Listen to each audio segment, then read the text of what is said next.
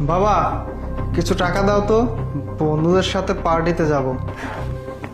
হ্যাঁ বাবা, এই যে কয়েকটা টাকা আছে, এই টাকাগুলো নে। আর এই যে ঘড়ি, এই ঘড়িটাতে বিক্রি করলে মোটামুটি 1000 টাকা বিক্রি করতে পারবি, সমস্যা নেই। আরে বাবা তুই কি করতেছো তুমি এটা? আর এই যে মোবাইল, এটা তো কোনো কাজেরই নাই, আমার কাছে কোনো কাজে লাগে না। তুই এক কাজ কর, এটাও বিক্রি করে দিতে পারবি। আর এই যে চশমাটা আছে না, এই চশমাটাও মোটামুটি তুই 50-100 টাকা বিক্রি করতে পারবি, সমস্যা নেই। আরে বাবা তুমি এসব কি করতেছো? ঘড়ি, চশমা, ফোন, মানে কি করতেছো এগুলো তুমি? আর এই যে মানিব্যাগ, এটার মধ্যে তো কোনো টাকা পয়সা নেই, তারপরেও কারো কাছে না কারো কাছে 50 টাকা 100 টাকা বিক্রি করতে পারবি। বাবা এক মিনিট, আরে বোন কিছু বল না, বাবা এসব কি করতেছে? আর হ্যাঁ বাবা, আমার সোনা বাবা, আমার লক্ষ্মী বাবা, আমার টুকরা বাবা, চিন্তা করিস না। এই যে এই শার্টটা আছে না, এই শার্টটা তুই যে কোনো রোডে বিক্রি করলে না বেশ কয়েকটা টাকা তোকে দেবে, বুঝেছিস? আরে বাবা, আরে তুমি কি করতেছো? শার্ট পরো, আরে শার্টটা পরো তুমি। হ্যাঁ হ্যাঁ, এই যে শার্টটা না, এটা তুই ফুটপাতের দোকানে 50-60 টাকা বিক্রি করতে পারবি। 50-60 টাকা বিক্রি করতে পারবে না? পারবে পারবে পারবে। এই যে শার্ট। আরে বাবা তুমি এসব কি করতেছো?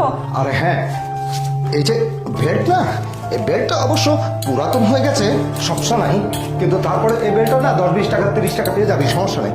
হ্যাঁ বাবা ব্যাংক খুলো না বাবা, আরে বাবা ব্যাংক খুলো না, তোমার টাকা চাই না বাবা, তোমার টাকা আমি চাই না।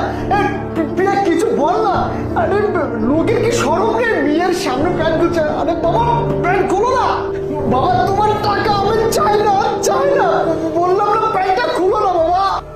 এই লজ্জা, এই লজ্জাটাই আমি তোর মধ্যে দেখতে চেয়েছিলাম, কিন্তু না, আজ পর্যন্ত তোর মধ্যে এই লজ্জা বোধ আমি কখনো দেখিনি।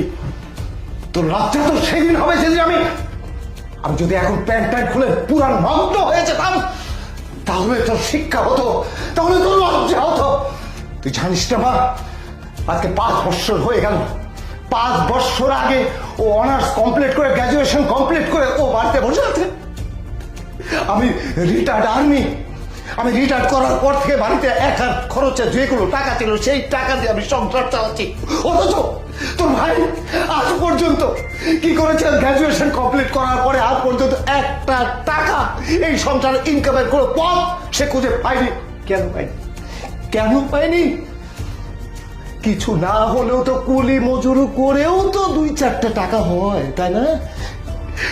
সে কি করেছে? বর্তমান সমাজে প্রত্যেকটা জায়গায়, অলিতে গলিতে, পাড়া মহল্লায় যদি তাকানো যায়, তাহলে ও কি দেখে